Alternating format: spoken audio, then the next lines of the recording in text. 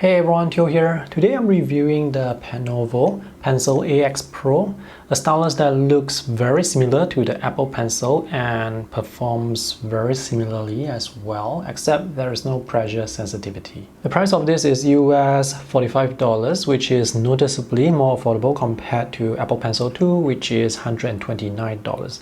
So inside the box, you're going to get a quick start guide, the USB-C to USB-A charging cable, and there is one replacement pen tip.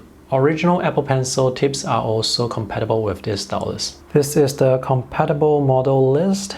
The stylus can work with iPad Pro 345, iPad Air 345, iPad Mini 5 and 6, iPad 6, 7, 8 and 9. Basically iPads released after 2018. And the magnetic attachment only works with iPad models that have the flat side. When I first took the stylus out of the box, I was surprised and impressed because this looks almost exactly like Apple Pencil 2, except for the USB-C charging port behind and the power light indicator. They have the same color, the same weight, the same surface texture, and almost the same pen tip.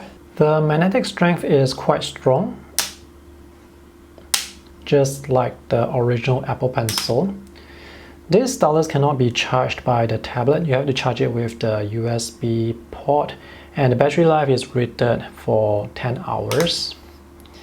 And as I attach the stylus to the side, there is no Bluetooth pairing notification because this stylus doesn't require Bluetooth to work. To power on or off the stylus, just double tap the back. The light will indicate the battery life. Red is 0 to 20%, blue is 20 to 60%, and white is 60 to 100%. And the stylus will power off after 5 minutes of inactivity. This stylus is great for taking notes.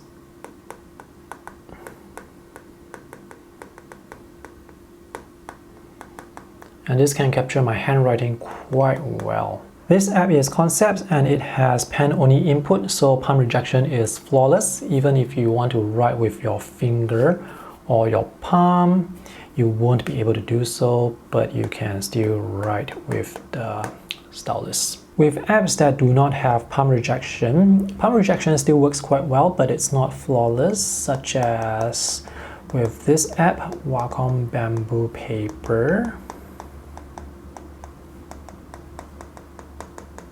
Oh, okay. I don't have any stray strokes today, but if you have your palm on the display, it may introduce stray strokes. Latency response is pretty good, very similar to the original Apple Pencil. One downside to this stylus is there is no pressure sensitivity, so when you are drawing, you won't be able to vary the thickness of your lines by applying pressure. But tilt sensitivity works. And the transition from thin to broad strokes with tilt sensitivity is actually quite smooth.